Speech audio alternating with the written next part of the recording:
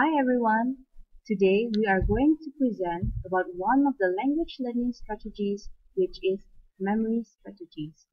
According to Oxford 1990, memory strategies are employed for storing and retrieving new information. The principle of memory strategies is meaning.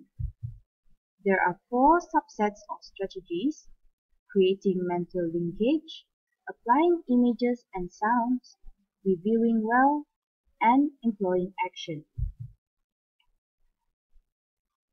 The first subset is creating mental linkages, which are grouping, associating, acronyms, and acrostics.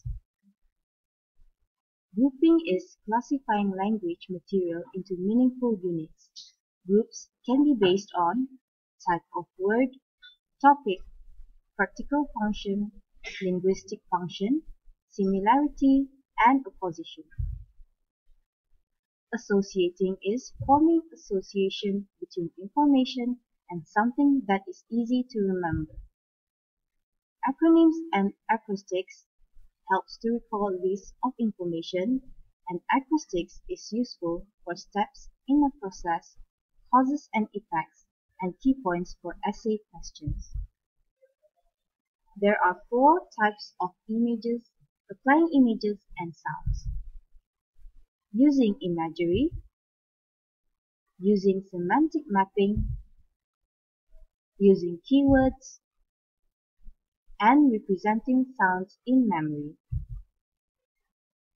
The third subset is employing actions. Employing actions is using physical response or sensation such as laugh, giggle, and sneeze.